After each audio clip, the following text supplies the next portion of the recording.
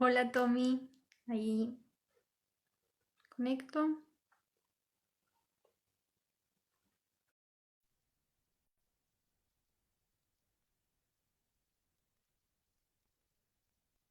¿Cómo estás, Nati? ¿Cómo estás? Muy bien, ¿vos? Para que acomodo bien la cámara. Dale. Muy bien, acá tratando de sortear la cuarentena. ¿Vos cómo andás? Bien, también. Vamos a ver mañana las nuevas novedades sobre la cuarentena, a ver qué es lo qué va a pasar, se va a extender o no. Un La mundo de segunda incertidumbre, dimensión. ¿no? Y bueno, si se extiende hasta el 8 de junio, vamos a hacer la cuarentena más larga del mundo, digamos, más larga que Wuhan, más larga que Nueva York, que hasta ahora es la que más se viene extendiendo. Totalmente. Viste que nosotros somos pioneros en todo. Todo lo que está mal somos pioneros. Pero somos pioneros. Somos únicos, únicos, siempre soluciones a la vanguardia. Es decir, si podemos Total, encerrarnos más días que el resto, mejor. totalmente. Bueno, comenzamos. Gracias a todos los que se están conectando. Esta vez en el vivo vamos a tener el placer de escuchar a Tomás Castro, que es licenciado en Ciencias Políticas, maestrando en Economía en la Universidad del SEMA y está trabajando activamente en UNIDO. Así que bueno, al final le vamos a estar preguntando que nos pase data sobre Unidos, afiliate ahí Unidos Argentina, sí, por Podría favor. fijar el link, pero la verdad que vamos a dejar el chivo para más adelante. Yo tenía como pensado boicotearte tus intereses, digamos, que no sea una entrevista, sino que sea una charla, porque es lo que ha pasado siempre que nos ponemos a charlar, surgen temas. Yo soy un político, un politólogo al que le encantaría ser economista, entonces lógicamente me meto mucho en tus temas y a vos te encanta discutir y debatir temas, así que es como que hoy aprovechamos y lo hicimos público, ¿no? Ahora van a ver Totalmente. las cosas que podemos decir, los delirios que se nos ocurren. ¿Cuántas charlas tuvimos ya de economía y de política? Es tan complejo. Yo me acuerdo que siempre a mí decían los libros, se escribe. La verdad es que la economía todo bien, pero política económica es otra cosa, porque tenés que ganarte al público, la opinión pública. Y la verdad es que eso es bastante complicado. Así que bueno, vos ya tenés la receta, cómo ganarse la opinión pública. Ponele, sí. Lo que yo pienso muchas veces es que la política económica o en sí la política termina tratando de aportar un entorno de factibilidad para lo que se puede pensar desde la economía, ¿no? Porque muchas veces uno la solución económica la tiene a la vista, pero no está la factibilidad política para llegar a una solución. Y es muy interesante cómo juegan, digamos, los poderes ahí, cómo, digamos, cómo hay distintos factores a la hora de tomar una decisión. Y bueno, a la hora de analizar escenarios, ¿no? Eso es lo más interesante. Sí, porque Y viste bueno, desde, que muchos políticos te dicen, bueno, sí, pero una vez que llegás es muy difícil llevar adelante una determinada medida económica, por ejemplo. ¿Es tan así? Y está la falsa teoría, el falso teorema de Baglini, que es, bueno, cuando hay gente que obviamente suele ser un argumento que esgrime la gente que está en el gobierno, ¿no? Que es, no, bueno, todo el mundo dice la solución cuando está fuera. La realidad es que no hay, digamos, si uno está fuera es porque, digamos, uno quiere pertenecer, uno quiere formar parte para realmente aplicar su solución. Entonces tiene sentido que el que está en el gobierno lo trate de disminuir y de quitarle, digamos, foco a su atención, pero a la vez no es, digamos, el teorema de Baglini es algo que es inchequeable porque la realidad es que siempre que vos acusás a alguien que no está en el gobierno de que no hizo las cosas es naturalmente porque no está en el gobierno. Entonces, creo que es una falsa justificación, entonces hay una falacia hacia el que propone soluciones. Y bueno, serán más o menos factibles, pero al menos lo está proponiendo. Y después, bueno, obviamente pasa que gobernantes por ahí tienen una intención de ir por un rumbo u otro y siempre la problemática que hay ahí es, tenés que, bueno, tener una mayoría en el Congreso o tener, bueno, como el caso tal vez de Menem, que pegó un rumbo en la política económica, pero lo que tuvo fue un gran poder discrecional basado, digamos, al principio en un acuerdo con el gobierno de Alfonsín, que era el gobierno saliente, y a la vez después basado en reglamentaciones que lo que hacían era otorgar fuerte poder al Poder Ejecutivo para pegar un rumbo distinto, ¿no? Pero siempre te vas a encontrar a los factores de poder y siempre la clave también es el diálogo y la negociación para poder llevar a cabo esa política que uno, bueno, para la que uno llega, ¿no? Eh, y después, digamos, en cuanto al análisis así político, yo lo que considero es que uno se tiene que tal vez como sacar la camiseta, ¿no? Y empezar a tal vez mirar las cosas de afuera y decir, bueno, ¿cómo desde mi lugar puedo entender lo que está pasando? Hoy lo que a mí me pasa, por ejemplo, estoy en Unidos, ¿no? Y obviamente Es un partido político que nos mueve muchísimo, estamos trabajando un montón, crece muchísimo día a día. Obviamente también uno tiene que contemplar que es su visión, ¿no? Y a la hora de analizar, hacer un análisis, uno va y, bueno, trata de ver los hechos objetivos, lo que pasa. Y yo creo que a la hora de analizar políticamente la situación actual, bueno, naturalmente no podemos olvidar que estamos en una situación excepcional. Estamos digamos, en una cuarentena que se extendió ya más de 60, 65 días, y digamos, el tema central siempre va a ser la cuarentena, ¿no? Tal vez se puede analizar. Habla, dale, te interrumpí. Justamente tocaste lo de la cuarentena y ahí tengo una duda, ¿por qué o sea, sabiendo que cuáles van a ser las consecuencias, o por ahí no, o sea, digamos, son hipótesis porque nadie sabe realmente que, o sea, estamos, por ejemplo, a fines de mayo no sabemos ni siquiera el plan económico a futuro. Así que yo me pregunto, sabiendo que van a tener consecuencias económicas tan desastrosas, que también eso le va a disminuir bastante digamos, la gobernabilidad al actual gobierno, o sea, no es lo mismo cerrar una economía con una caída del 5% que una caída de más del 10%, claramente. Más con un gobierno, un presidente que es nuevo y que yo no creo que tenga Claro, bien. que ahí por sus propios méritos, sino por el apoyo que recibió por parte del kirchnerismo, y él lo sabe. Entonces, ¿por qué esta cuarentena? Y yo me empecé a ver, digo, los niveles de aprobación son bastante también altos. Entonces, por parte del público también hay cierta aceptación. Entonces, digo, ahí hay un ejemplo claro en que la política primó sobre la economía, porque evidentemente si lo están llevando es porque políticamente les vende la cuarentena. ¿Vos qué opinás? Definitivamente creo que, de hecho, a mi entender, digamos, yo tengo la misma visión que vos, creo que el hecho de que esté primando la política por sobre la economía hace que las consecuencias económicas puedan ser muy feroces, y la realidad es que no hay un elemento digamos, de comparación actual como para saber el tipo de efecto que puede tener una cuarentena sobre la economía. Digamos, hay enfoques numéricos, digamos, vos podés saber cuánto es que puede caer el PBI y estimarlo, pero la realidad es que en el escenario actual parece que lo que termina privando es, bueno, cuando van a los sondeos de opinión, ayer mismo circuló uno, la realidad es que el apoyo a la cuarentena termina siendo de más del 50%, incluso habiendo tal vez unas ciertas contradicciones, porque había un estudio, creo que fue la semana pasada, que decía que el 58% de la población decía que no soportaría económicamente una cuarentena extendida más allá del 30 de mayo, el 31 de mayo, pero el 53% estaba dispuesto a extenderla, o era al revés, en realidad 58, 53, hay un porcentaje de gente para ver, digamos, cómo incide, digamos, el discurso, cómo incide tal vez la justificación. Hay un porcentaje de gente que no está dispuesta a soportarlo económicamente, pero sí está dispuesta a extenderla. Entonces, ahí está obviamente lo que mencionás vos de la política y el juego de intereses que hay, digamos. No dudo bueno, habría que tal vez separarlo, ¿no? Ahí se puede analizar desde ponerle tres pilares. Uno sería la estrategia política del gobierno nacional en torno al coronavirus, en torno a la cuarentena. Y tal vez se podría analizar también teniendo en cuenta el relacionamiento de poderes, ¿no? Ya, digamos, poderes, niveles de gobierno, sería el gobierno nacional, provincial y Ciudad de Buenos Aires, que serían los tres actores que vemos más presentes. Y cuando vos, digamos, había una perspectiva, que justo vos mencionaste, digamos, al comparar, digamos, por qué se toma una determinación política, cuál es la base de apoyo. Lo interesante, yo me acuerdo de un análisis de Andrés Malamud, un politólogo que la verdad que admiro muchísimo, pese a que económicamente tengo muchas diferencias. Hay un análisis que hace él que menciona, bueno, hay una base de apoyo, ¿no?, de cada gobernante. La base de apoyo de Alberto Fernández claramente es distinta que la base de apoyo de Cristina Fernández. Alberto Fernández tiene un apoyo mucho más, tal vez, en la clase media descontenta que no votó al macrismo, y Cristina Fernández tiene un apoyo mucho más orientado al sector medio-bajo, sobre todo tercer cordón del conurbano. Entonces, lo que él explica, dice, bueno, hay distintas salidas, hay distintas medidas en torno a la cuarentena o al modo de encarar, ¿no?, el COVID. Vos podés tomar una perspectiva sanitarista, es decir, la postura que tomó Europa, tal vez, bueno, nos encerramos todos, cuidamos la salud, y después podés tomar una postura más economicista, que es, bueno, la economía, sabemos que un derrumbe de la economía sería fatal, y por lo tanto tenemos que tratar de mantener la actividad mientras se pueda, con los recaudos necesarios.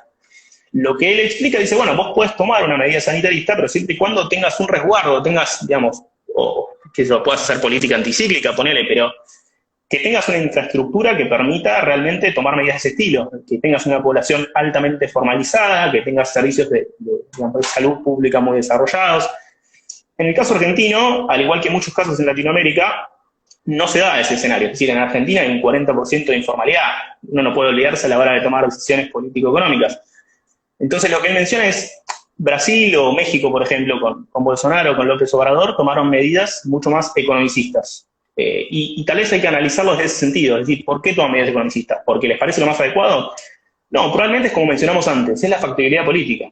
En México o en Brasil, así como en Argentina, hay grandes niveles de informalidad. Es decir, vos podés realmente mantener una cuarentena estricta donde hay altos niveles de informalidad, hay gente que trabaja el día a día, es decir, no puede frenar su actividad durante meses para frenar el virus, ¿no? Entonces lo que menciona es, Argentina tomó una posición a la europea con un contexto y un entorno mucho más similar al de Brasil y México. Entonces el desafío está ahí, es decir, va a haber un colapso y una situación grave en lo económico, que eso lo podrás detallar obviamente más vos, pero en cuanto al escenario político uno tiende a más que ver que Alberto Fernández tomó la decisión más en base a su núcleo de votantes que al núcleo de votantes que votaría Cristina Fernández. Entonces ahí habría que ver qué efecto tiene sobre su futuro político, sobre su imagen pública. La realidad es que hoy en día los últimos datos tienden a dar a entender que la gente le perdonaría incluso consecuencias económicas negativas. Y eso es lo interesante. Hay comentarios, nos comimos el verso de que somos europeos y no Mozambique, bueno, más o menos. Hay países, hay un caso que lo menciona siempre Agustín Echevarne, que es el caso de Botswana. Digamos, nosotros nos solemos comparar con países africanos, teniendo en cuenta que el país africano es un país que está en su desarrollo, que tiene sus complicaciones, que tiene gobiernos autoritarios. Hay países africanos como Botswana, por ejemplo, que hoy en día están cerca de superarnos en PIB per cápita, ¿no? Sería interesante que ahora desarrolle también un poco el caso, Nati. Pero bueno, el caso era ese. Mi escenario era, digamos, entender que la política económica, digamos, la política en cuanto a la cuarentena, tiene que tener en cuenta la población con la que uno enfrenta, y la realidad es que hoy en día tal vez el presidente está más envuelto, encerrado en su propia decisión. Hoy en día mira más los sondeos, y la realidad es que si la gente prefiere la cuarentena, bueno, la mantenemos un poco más. No parece haber un plan detrás de esto. ¿Vos qué opinás? No, yo creo que plan no tiene, y siempre cuando me preguntan, pero desde la parte económica, a ver, que vemos algo a futuro, y yo me parece que no están teniendo, digamos, enfoque en la parte económica. Si vemos inclusive los discursos, dicen, bueno, en realidad sí puede ser que la Argentina, digamos, tenga em, ciertos, vamos a tener ciertos planes o ciertas medidas para tomar a futuro, pero no dicen realmente qué es lo que van a hacer. Y la verdad es que mientras el resto de los países realmente se están quizás tomando medidas más definitivas, más de largo plazo, o intentando amortiguar el COVID, y acá lo único que vemos es, bueno, le están inyectando, digamos, pesos a la economía, que es lo único que están haciendo, jugando con las tasas de interés, subiéndolas, bajándolas, controlando los mercados paralelos del dólar, pero después nada, o sea, no ves ninguna política muy que diga, bueno, vamos a enfocarnos en hacer esto o en hacer lo otro. Me parece que se están enfocando más, están gastando más el tiempo en, bueno, medir al público, cuál es la opinión del público, tratar de quizás de manipularlos, yo digo, a través de los medios de comunicación, no sé, vos sabrás más del tema, pero los medios de comunicación están hoy en la Argentina jugando un rol fundamental digamos, a futuro en la parte de la Argentina. Y bueno, o sea, evidentemente no para ellos no es prioridad la parte económica. Vamos a ir, o sea, hoy sí, quizás lo más significativo es la deuda. Yo creo que la van a renegociar, no nos vamos a ir a un default, espero que no, porque la verdad es que los acreedores tienen muchas ganas de renegociarlo. Creo que el COVID-19 propició el marco perfecto para que renegocien la deuda, eso les va a dar cierto aire.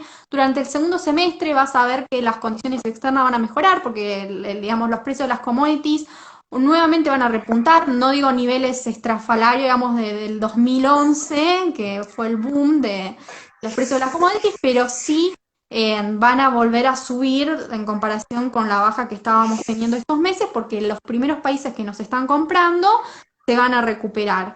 Y entonces ahí vas a tener, digamos, una entrada o una recuperación por parte del sector agro y que te puede mover, digamos, un poquito la recuperación económica, pero igualmente, o sea, los problemas estructurales de la Argentina están ahí. Y, o sea, somos uno de los sectores más, o países más vulnerables de la región latinoamericana, o sea, y con la emisión que están teniendo, evidentemente todos esos pesos que ahora no se están yendo a los paralelos, cuando se normalice nuevamente todo, se van a ir a los paralelos, se va a disparar y eso después va a Claro, impactar en los precios.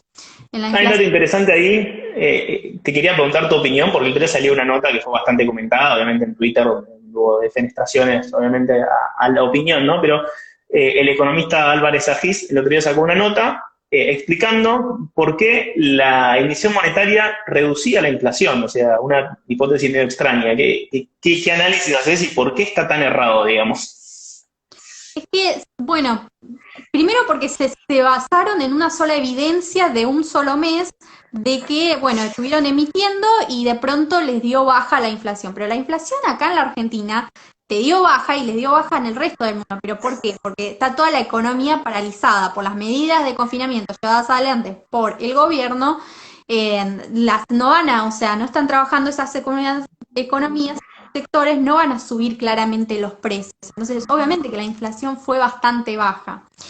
Eso por un lado, y por el otro lado, por la incertidumbre que generaba la pandemia, mucha gente quería tener cash en sus bolsillos, o sea, no sabía si los cajeros iban a andar o qué es lo que iba a pasar a futuro, entonces, bueno, sacaron toda la plata que podían y se la guardaron debajo del colchón esos pesos, pero no fueron a cambiar a dólares. Por eso hubo como cierto deseo a tener pesos, o sea, pero fue generado por el miedo de la pandemia, que era algo nuevo.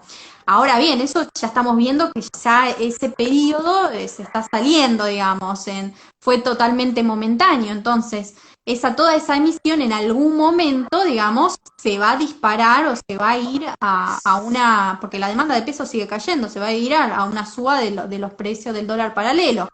Y efectivamente, el dólar blue está subiendo, o sea, la brecha entre el oficial y el informal es cada vez más ¿Qué alta. consecuencias crees, qué consecuencias tiene que haya una brecha importante en torno a esto? Bueno, hay gente que salía también en Twitter o en otros lugares diciendo que se había comprado un auto en 45.000 cuotas y que cuando hacía la cuenta en dólares le daba muy baja por esta situación. Sí, creo que es el mejor momento más propicio para comprarse un auto, los que tienen la posibilidad porque están bajos. Y sí, si vos te querés invertir en algo, el auto es una gran forma, o un ladrillo, si Yo paso. no la mayoría no estamos en esas condiciones, claramente. Eh, a ver, a medida que la brecha entre el blue y el formal se va ampliando, los precios van a comenzar a responder al blue y no al formal. Y al gobierno se le va, digamos, complicar controlar cada vez más el formal, que efectivamente es lo que está sucediendo ahora, que no solamente está, digamos, el cepo es una medida muy de corto plazo, no solamente ahora tiene que controlar el formal, sino también intervenir en los mercados paralelos, que es lo que estuvo haciendo, por eso, digamos, vimos quizás una baja digamos, en los dólares paralelos. Pero evidentemente, a ver, eso no es muy de largo plazo, digamos, te va a durar 1 o 2 meses. Ahora, cuando en agosto volvamos todos a trabajar, y ahí se te va a complicar bastante el asunto, porque vamos a volver a tener los mismos problemas que siempre. Pero bueno, contame vos, ahora que sabemos cuáles son los problemas en materia económica, ¿cuál A es ver, ¿qué me vas a preguntar? ¿Con qué me vas a interrogar? ¿Cuál es el tema este? Porque yo tengo la hipótesis de que el intervencionismo únicamente sirve, o sea, las políticas keynesianas sirven en un tiempo, un periodo determinado.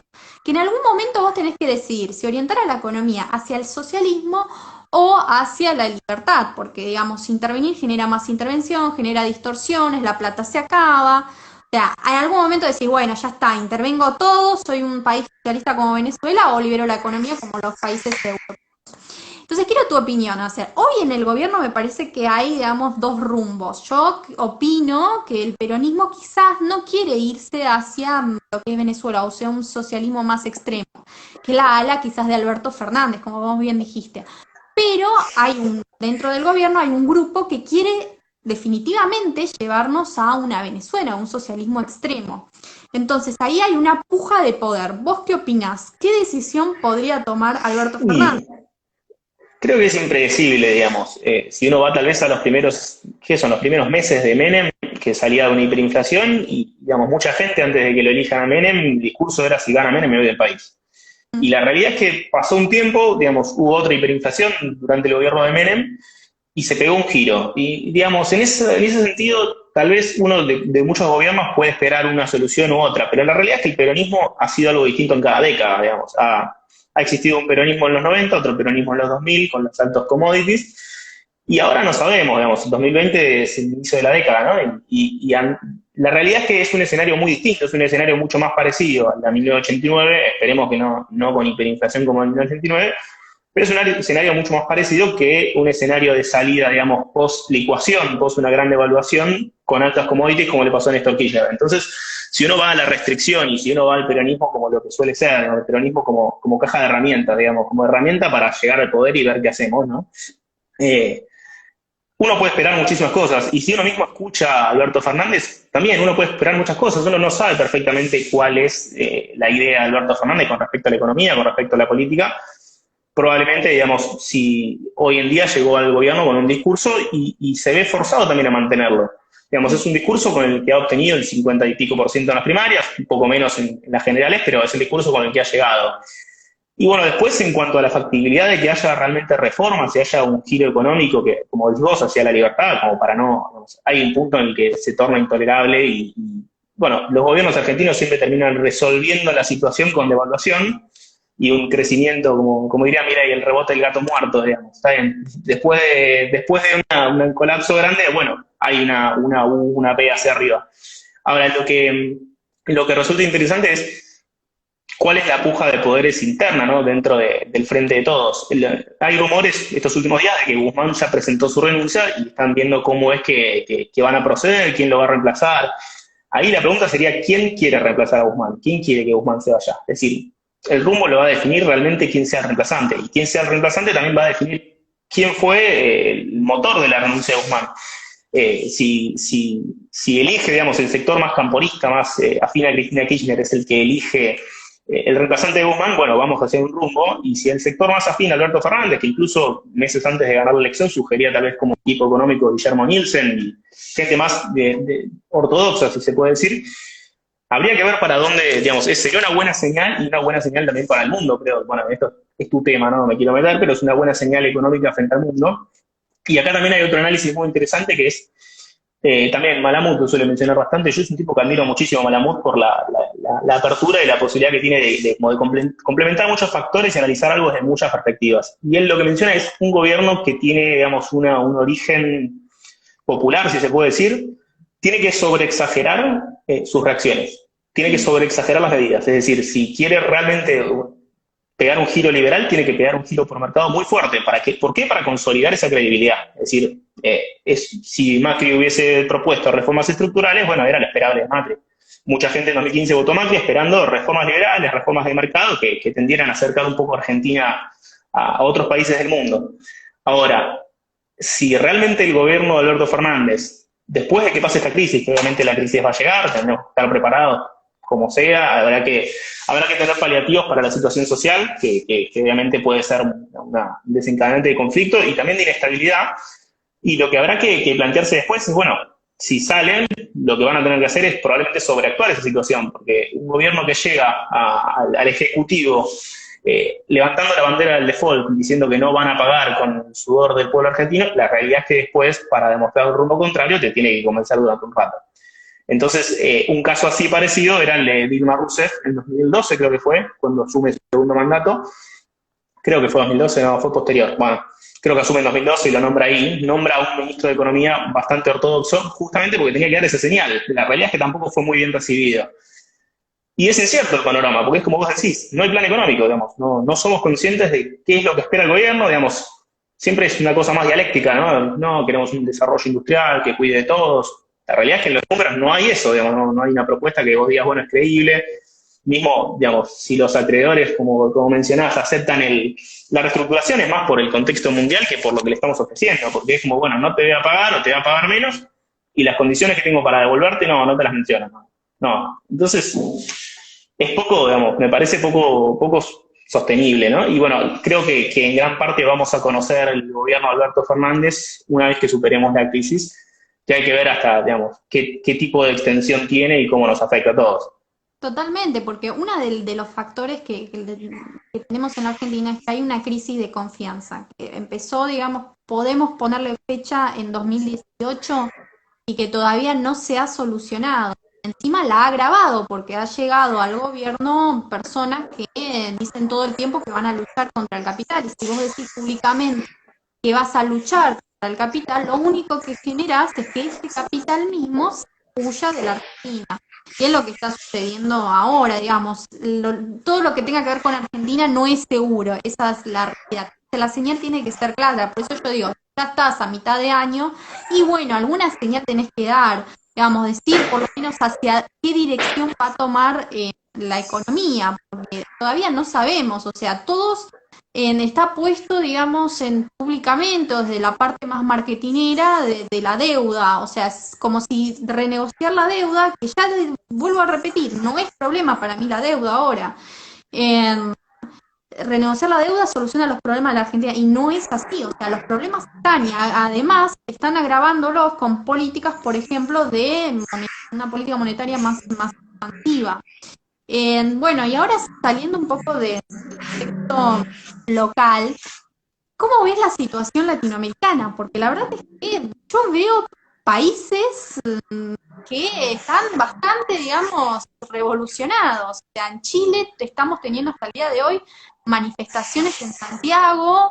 En Brasil la gente no está muy conforme con la gestión de Bolsonaro. O sea, siempre parece que la región latinoamericana está en una aguja, ¿no? En un vaivén, yendo de un lado a otro. Por un lado escogen quizás un periodo, un partido populista, después quizás tienen la oportunidad de escoger a un partido más de centro derecha, llevan medidas económicas más orientadas al promercado, pero bueno, necesitan su maduración y luego vuelven a la medidas populistas, entonces sí es siempre esa aguja y yo todavía no veo un país en la región latinoamericana que diga, bueno, ya está, salimos del populismo y vamos a crecer, no lo veo, siempre veo que vuelven a caer. ¿Cómo lo estás viendo vos? Creo que ahí es interesante porque cada caso tiene sus particularidades.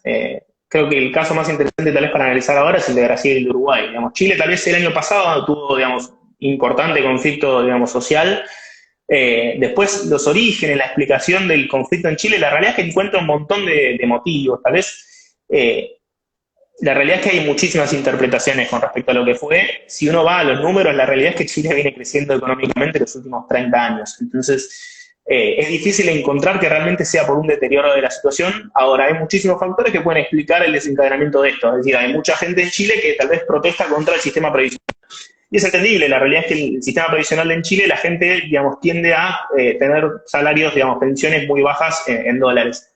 Ahora, también explicaciones que se encuentran ahí es, vos en los sistemas de capitalización de previsional, cobrás de acuerdo a lo que aportaste en los primeros años. Y la realidad es que si vos aportaste hace 30 años en Chile, tu poder adquisitivo era uno y hoy es otro. Entonces, tiene sentido que hoy estés, la realidad es que cobrando menos. ¿Por qué? Porque esa previsional se tomó teniendo en cuenta otra situación económica. Esa es una de las cuestiones que se encontraron, ¿no? Otra también es la poca representatividad que tienen los partidos políticos chilenos. Si hay algo que hay que reconocerle a Chile, que es una estabilidad tal y un bipartidismo bastante consolidado y en el cual los dos partidos, digamos, tienen un consenso en lo importante y tienen un consenso en que hay un rumbo a que seguir. Algunos tienen, digamos, por lo general la discusión se da en torno a la educación, digamos, en torno a ciertos temas donde hay uno que quiere tomar una decisión y el otro, pero la realidad es que los consensos básicos están, digamos, Chile tiene un fondo anticíclico, gasta menos de lo que ingresa, entonces la realidad es que Chile, año tras año, pese a los cambios políticos, crece, y la realidad es que Bachelet Piñera, crece, Chile sigue en crecimiento. Entonces, bueno, las interpretaciones son muchas y es entendible también digamos, las diferencias que hay con respecto. Vamos a leer acá el comentario. Como dice Gasullo, el populismo continúa cuando el mito populismo tenía que ganar elecciones y gobernar. Nati es una amiga mía que por lo general cita bastante a Gasullo, que es una politóloga con la que no, politóloga es o socióloga, no me acuerdo bien, con la que no estoy nunca de acuerdo, pero bueno, con Nati tenemos interesantes discusiones. Nati Báñez, otra Nati con la que discutimos. Bueno, lo que me decía es Chile tiene un escenario particular que tal vez fue mucho más protagonista el año pasado, y tal vez ahora lo que hay que analizar también es el caso uruguayo y el caso brasileño. En Uruguay hay un cambio político importante, tal vez similar al que hubo en 2015 en Argentina, con una mayoría en la Cámara de Diputados, y una mayoría que le permite llevar a cabo reformas. Digamos, ya hubo una ley importante que presentó el gobierno de la calle Pou para digamos, llevar a cabo una desregulación fuerte, digamos, eliminar leyes de los últimos 12 años del gobierno del Frente Amplio. Entonces hay un giro, como decís vos, hacia la libertad, digamos, hay un giro hacia la desregulación, hay un giro hacia abrir la economía, y mismo en el modelo de cuarentena que ha llegado a Uruguay se asemeja mucho más a los países que han sido más promercados, digamos, ha tratado de mantener mientras se pueda la economía funcionando, tratar de medidas de prevención, y la realidad es que Uruguay tiene un muy buen manejo de la pandemia en este momento, es uno de los países que se considera que la ha llevado mejor y que mejor plantado está hacia el futuro. Y bueno, obviamente habrá que ver cómo se desenvuelve, recién arranca el gobierno de la calle Pou.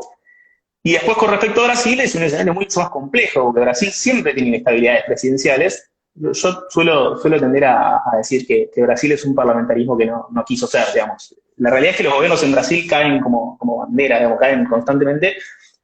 En gran parte, digamos, la caída de los gobiernos y la inestabilidad política acá en Brasil tiene que ver con su sistema de partidos. La forma en que se seleccionan candidatos, digamos, el sistema electoral que tiene con listas, digamos, listas abiertas sería que vos, cada distrito tiene un candidato, todo. La realidad es que potencia un número de partidos muy grande. Entonces, en el Congreso vos necesitas sí o sí ser muy dialoguista y sumar muchos grupos. Entonces, vos como presidente de Brasil podés tener muchos escenarios, pero la realidad es que si no sos dialoguista y si no tendés alianzas con otros partidos en el Congreso, tendés a la inestabilidad. Eso le pasó a Dilma Rousseff, le pasó a Temer, y ahora le está pasando a Bolsonaro. Y Bolsonaro tal vez fue mucho más frontal en el hecho de que él no quería hacer alianzas. Los gobiernos, digamos, el gobierno de Dilma cae cuando el PMDB, el partido, digamos, uno de los partidos más importantes, que siempre forma parte de las coaliciones, el partido cae. Entonces, el partido no cae, no, el partido decide quitarle el apoyo. Entonces, cuando le quita el apoyo, el gobierno cae. Y ahora hay un escenario similar, nada más que Bolsonaro nunca se planteó hacer alianzas y ahora se está enfrentando con los problemas de la gobernabilidad. ¿Por qué? Porque, bueno, sus políticas se basaron bastante en la imagen positiva que tenía al arrancar su mandato. Tenía un fuerte apoyo y hoy la gestión de la pandemia, sumado a la falta de apoyos, hace que se discuta mucho más su liderazgo. Obviamente acá Guido Valerio dice, el tema no es lo mismo gobernar Uruguay que gobernar Brasil, claramente. Y aparte Uruguay, como decimos, tiene un sistema de partidos, casi, digamos, son 3, 4 partidos, pero la realidad es que el gobierno hoy en día tiene mayoría, entonces el poder de decisión, el poder de gobernabilidad es mucho mayor, digamos, de decidir un rumbo y avanzar. Y en Brasil ese escenario no está dado. Digamos, Bolsonaro logró aprobar ciertas medidas con negociaciones particulares, digamos, una reforma previsional, pero la realidad es que cuando ibas al sistema previsional brasileño era insólito, la gente se jubilaba a los 50 años, la realidad es que era un poco urgente, porque no era sostenible de ninguna manera. Pero Brasil se encuentra nuevamente ante un escenario de inestabilidad propio de su sistema, digamos. Siempre ocurre que si el presidente decide no acordar, encuentra problemas de estabilidad, y no es de sorprendernos. Hoy en día la gestión de la pandemia y tal vez cómo Bolsonaro la analizó o se rió, digamos, porque vos podés tener una gestión más economicista de la pandemia, pero no reírte o banalizar la cuestión. Y bueno, eso es lo que hace que sufra su imagen positiva y por ende su liderazgo, que solo se basaba en la imagen positiva. Y creo que ese es el escenario más importante de los países más afines que tenemos, ¿no? Y con los cuales tenemos que tener una relación.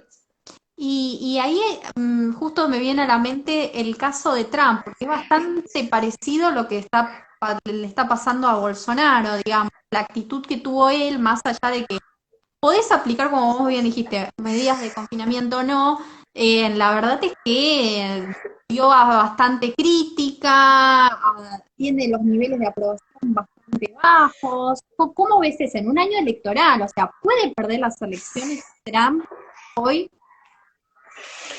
Y digamos, la situación está, es decir, es mucho más probable que antes, más que nada también por la situación económica, ¿no? No solo por el COVID, porque, digamos, la gestión de la pandemia puede tener, digamos, consecuencias negativas, pero hay pocos políticos dispuestos a tomar rumbos en cuanto a la gestión de la pandemia que sean poco apoyados. Como decimos, Fernández está basando la continuidad de la cuarentena en el hecho de que la gente está de acuerdo con la cuarentena, o al menos los sondeos dan que la gente aprueba la decisión, entonces, bueno, se mantiene. Está bien, puede haber un plan o no detrás.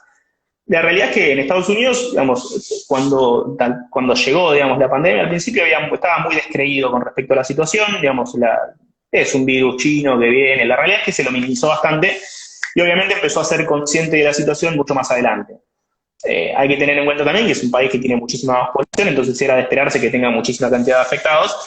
También es un país que está testeando muchísimo, digamos, la cantidad de testeos diarios en Estados Unidos es, no sé si cientos de miles que se hacen test diarios, entonces tiene muchísima capacidad de atender. La realidad es que después hay que analizar qué capacidad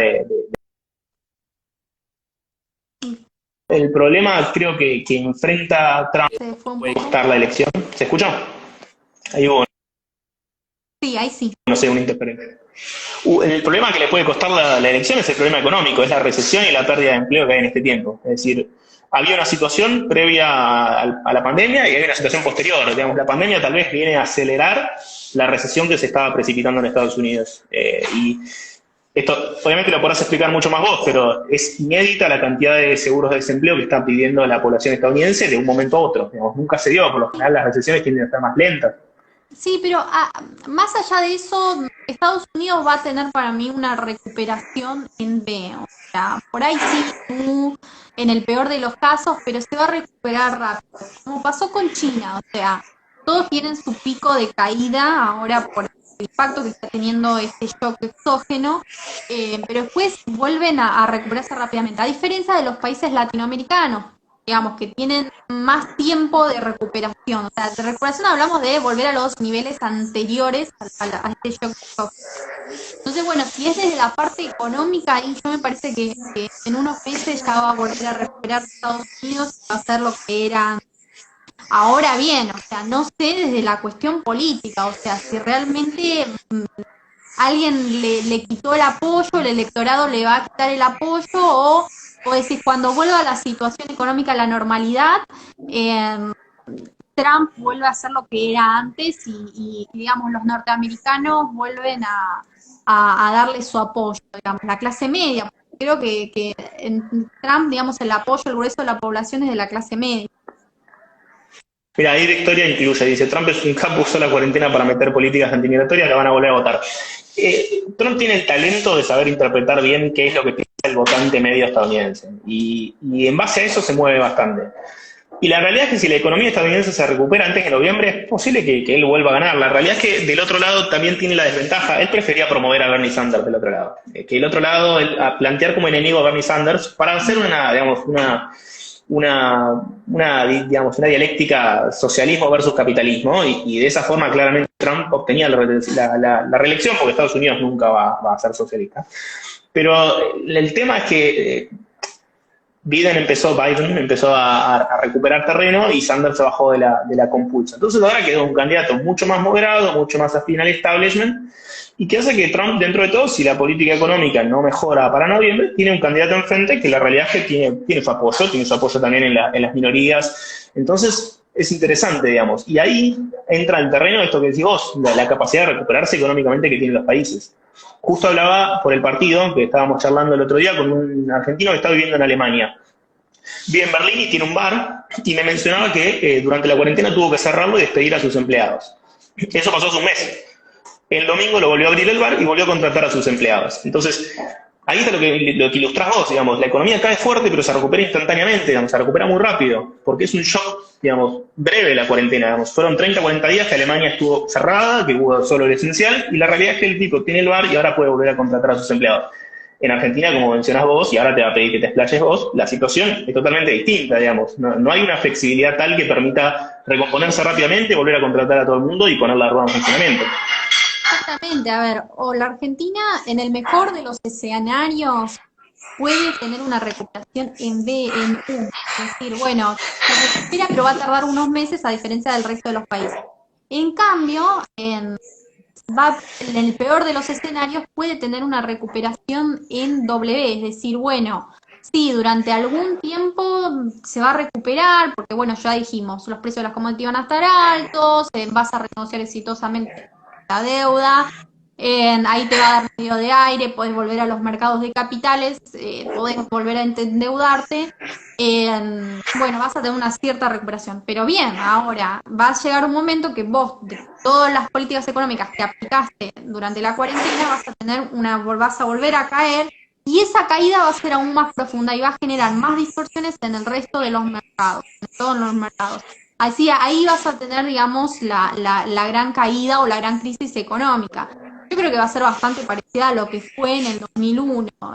No sé si vamos a llegar a una hiperinflación, pero vas a tener una contracción económica, quizás va a ser una inclusive de las crisis económicas más importantes de nuestra historia argentina. ¿Por qué? Porque la Argentina no está pasando un buen momento. Ya es como, no sé, un enfermo fatal digamos, que le alargaron la hora final, digamos. Cada vez está cada vez peor. Entonces, una cosa es, bueno, estuviste bien durante 2, 3 años y de pronto un año por X motivo entraste en crisis, que un país que desde el 2011 no crece, que parece que va a caer al fondo todos los años y que encima ahora se le agrega a esto lo del coronavirus, que el contexto externo no es el mismo que en las crisis anteriores, porque ahora, digamos, los mercados emergentes son los más riesgosos en la Argentina, en el mundo, digamos, por el tema de que hay tanta incertidumbre, ya venidas del año pasado, digamos, con las tensiones comerciales entre China y Estados Unidos, ahora con el coronavirus. Los inversores no quieren, digamos, apostar a países riesgosos como los nuestros. Y ahí tenés un problema, porque no tenés una Argentina con los mismos problemas que antes, pero el mundo no es el mismo que antes, claramente. ¿Qué medidas tendría que tomar Argentina para ser un país atractivo? ¿Qué medidas tendría que tomar Argentina para ser un país atractivo a las inversiones, a tu gusto? Primero tienen que bajar los impuestos, pero para bajar los impuestos tenés que bajar el gasto público, una reforma del Estado. Además tenés que una reforma laboral, porque hoy tenés unas tasas de desempleo altísimas, a fin de año vas a tener un desempleo que va a poder superar el 50%, en una extrema vulnerabilidad, bueno, hay que flexibilizar, o yo no digo flexibilizar, adaptar, digamos, el mercado laboral a, digamos, a las condiciones del siglo XXI, para que sea mucho más fácil contratar a esa gente y para que toda esa gente desempleada o que hoy cobra un plan social pueda ser absorbida por el sector productivo privado, que es el que genera valor agregado. Pero para ello también, ojo, necesitas una reforma educativa, porque toda esa gente, la verdad es que quizás alguna no puede ser absorbida por el mercado de trabajo porque no va a poder quizás utilizar las nuevas herramientas que le trae el mundo, ¿no? Con esta baja de los impuestos y esta atracción de las inversiones, bueno, hay que educar a la gente, como lo hicieron en el resto del mundo para poder crecer. Por eso necesita la reforma educativa, aumentar la calidad educativa de los argentinos. Hoy lamentablemente es bastante paupérrima. Y luego una apertura comercial, que yo digo, apertura comercial siempre a lo último. Primero resolvés vos todos los problemas que tenés internamente y luego, en la última instancia, es abrir la economía. Y ese creo que fue un error del que le critico mucho al menemismo, digamos. Empezaron por el final y no por el principio. O sea, no desregulaste quizás el mercado laboral, pero lo primero que hiciste fue abrir la economía. Bueno, ahí tuviste un problema bastante importante. Che, se nos está acabando el tiempo, pero quiero hablar de Unidos. Así que, Uf. a ver, vos que estás tan activo en Unidos, decinos primero cómo hacemos, contanos sobre el partido, qué están haciendo, en qué etapa estamos y cómo hace la gente para poder afiliarse. Bueno, vamos a compararlo, digamos, para que se entienda, digamos, lo que pretende ser Unidos. Cuando vos estás en Estados Unidos, por ejemplo, vos te podés inscribir al Partido Demócrata o al Partido Republicano, vas y votás en una interna. Y vos votás en una interna sin saber quiénes son las autoridades del partido. ¿Sí? ¿Quién es el presidente del Partido Demócrata? No lo sé. La realidad es que hay 10 candidatos que se presentan en la elección y vos optás por uno de ellos. Y cada uno tiene sus perspectivas. Cada uno, vamos a fijar el comentario, así de paso, si alguno quiere, se afilia. Uy. Ah, no, lo tenés que hacer vos. Si querés fijar el comentario de Marina o el comentario de Marina, para que la gente lo tenga ahí, el chivo, afiliate.online o afiliate.unidosargentina.org. Ahí lo tenemos, el chivo.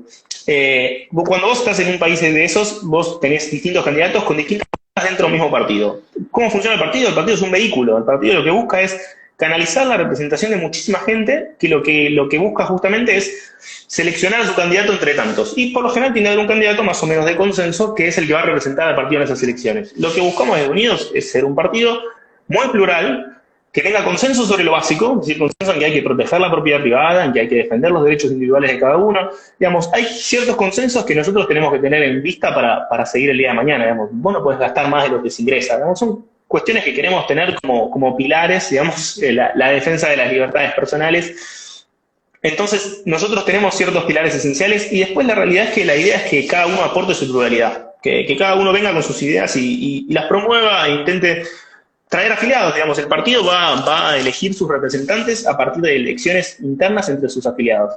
Si nosotros logramos, si yo digo, quiero imponer más esta visión, bueno, tengo que traer afiliados. Entonces el partido es un incentivo constante a que vos traigas y acerques gente. Y el partido crece en base a eso, es decir, gente que se interesa y dice, che, acá hay un canal para que a mí me representen. Yo creo que en este partido yo puedo realmente hacer valer mi voz. Entonces, el interés que tenemos es que todos los afiliados, horizontalmente, digamos, de abajo para arriba, elijan candidatos, es decir, y puedan mismos candidatearse, digamos, yo si el día de mañana quiero ser candidato a legislador porteño, vamos a tener una aplicación, digamos, la idea es que sea bien adaptado al siglo XXI. Pueden saber estos planes en www.unidosargentina.org. La idea sería que vos, digamos, puedas candidatearte, digamos, desde una aplicación, puedas decir, quiero ser candidato a estas elecciones. Y a partir de ahí nosotros, los afiliados del partido, todos, digamos, todos con un solo voto, todos son iguales, la gente que arrancó el partido, que tiene más visibilidad, tiene un voto como el resto de la gente, podamos seleccionar a los candidatos en cada distrito. Y a la vez busca hacer una estructura súper federal, es decir, que en cada distrito surja el partido, digamos. No vamos a ir nosotros a crear, nosotros que arrancamos, digo, ¿no? Nosotros que arrancamos en Unidos Cava, no vamos a arrancar Unidos La Rioja. Digamos, en Unidos La Rioja nosotros tenemos que estar charlando con la gente que tenga ganas de impulsar Unidos La Rioja. Porque el día de mañana Unidos La Rioja va a tener sus propios candidatos, va a ser gente que nació, vive, sabe los problemas de ahí, y por ende puede resolverlos y puede tener una noción de cómo se tienen que llevar esas cuestiones. Nosotros lo que queremos es ser un vehículo, ser un partido que lo que busca es canalizar representación, no ponernos a discutir, como diría Marcos, la inmortalidad del cangrejo, sino ir a cuestiones importantes y realmente poder sentar las bases para un cambio en Argentina. Y que cada distrito también tenga su parte del cambio y contribuya a ello. Digamos, si todos los distritos, descentralizadamente, a los Hayek, digamos, si cada uno aporta desde su descentralización y desde las ganas que tiene de cambiar su propio distrito, vamos a cambiar el país. Entonces, es una base muy importante como para la acción política. Sí, a mí lo que me gusta de Unidos es que está formado por gente como uno, digamos, a veces a los políticos los ve, bueno, algo más, no sé, allá arriba o que son de determinados grupos, pero la verdad es que Unidos está dicho de gente íntegramente trabajadora que se levanta bien a la mañana a tomarse el bondi y que quiere que la Argentina progrese, digamos. Tenemos que salir de esta situación paupérrima en que nos encontramos con un país que tiene todo para la ganar, porque la verdad parece un discurso de los más mayores de nuestro país, pero tenemos los recursos naturales más geniales del mundo, tenemos los paisajes más lindos, el clima es espectacular, el capital humano, o sea, la capacidad de innovar de las personas es, pero brillante, o sea, y realmente, ¿cómo no podemos ser potencia? O sea, evidentemente el rol de estos grupos políticos son los que nos atrasan, entonces tenemos que Y el problema muy grande, digamos, ahí un problema muy grande es la selección a dedo, que creo que es algo muy importante que viene a cambiar Unidos. Es gente desde Buenos Aires nombrando candidatos en cualquier provincia, en Tierra del Fuego. Y la realidad es que, digamos, eso lo único que contribuye es al amiguismo político, es a poner conocidos, a tratar de ubicar familiares, amigos, etcétera, lugares en las listas en los que sabés que esa persona va a entrar, negociaciones políticas con otros bandos donde decidís poner en cierta posición de diputado, consciente de que si la elección más o menos rumbea, esa persona entra a la Cámara. Lo que venimos a terminar es eso, digamos, no hay lugar para la negociación nepotista ni selección a dedo, sino que cada uno va a tener que traer su base de afiliados si realmente quiere tener un peso muy importante en el partido. ¿Y eso cómo se hace? Saliendo a caminar, saliendo a conocer gente, a contarle el proyecto, de las ideas. Vas a tener el peso del trabajo que hagas por el partido, y eso es lo importante, es un incentivo constante a que el partido y las ideas crezcan, digamos, que el mensaje llegue a todos lados y que llegue a todos lados con la gente que está ahí, y que eso es lo importante, porque siempre en Argentina nos llenamos la boca hablando del federalismo, pero jamás entendemos o queremos entender qué es el federalismo en la práctica, ¿no? Totalmente de acuerdo, y creo que Unidos es la oportunidad, digamos, de que la Argentina progrese y avance. Es la única forma, yo estoy viendo ahora, de que realmente salgamos de este barro en el cual nos encontramos. Bueno, volver a repetir las redes sociales por las cuales... Sí, si nos quieren seguir en redes sociales, en Instagram es uni2, el número Argentina, en Twitter lo mismo, en facebook.com/uni2Argentina, sitio web www.unidosargentina.org, y para afiliarse, afiliate.online o afiliate.unidosargentina.org. Nosotros estamos en proceso de constituir el partido, ya tenemos más de 2.200, 2.100 y pico de personas en Cava, más de 7.500, 8.000 casi en el país, y para constituir un partido político en Ciudad de Buenos Aires necesitamos 4.000 personas. Es decir, si cada uno de los que ya llegaron, hace un mes y 10 días que llevamos afiliando gente, si cada uno de los que ya está hoy en día en el partido trae una persona más, el objetivo está ahí nomás. Y cuando nos constituyamos como partido podremos estar planteándonos cosas muy importantes, porque vamos a tener ya la herramienta legal, al menos en Cava, y el resto de los distritos ya se está desarrollando por su propia cuenta, como es la necesidad, y coordinando con nosotros para que podamos todos crecer juntos y que realmente Unidos sea un partido federal, amplio y que realmente sea un vehículo para la representación. Excelente. Bueno, la verdad es que brillante la charla que tuvimos hoy con vos, Tommy. La verdad es que la disfruté un montón, hablamos de todo. Así que en poco tiempo, una gran charla va a Un gusto, estar. Nati. A mí me encanta que me hayas invitado. Cuando quieras repetimos, la verdad que con gusto, como siempre.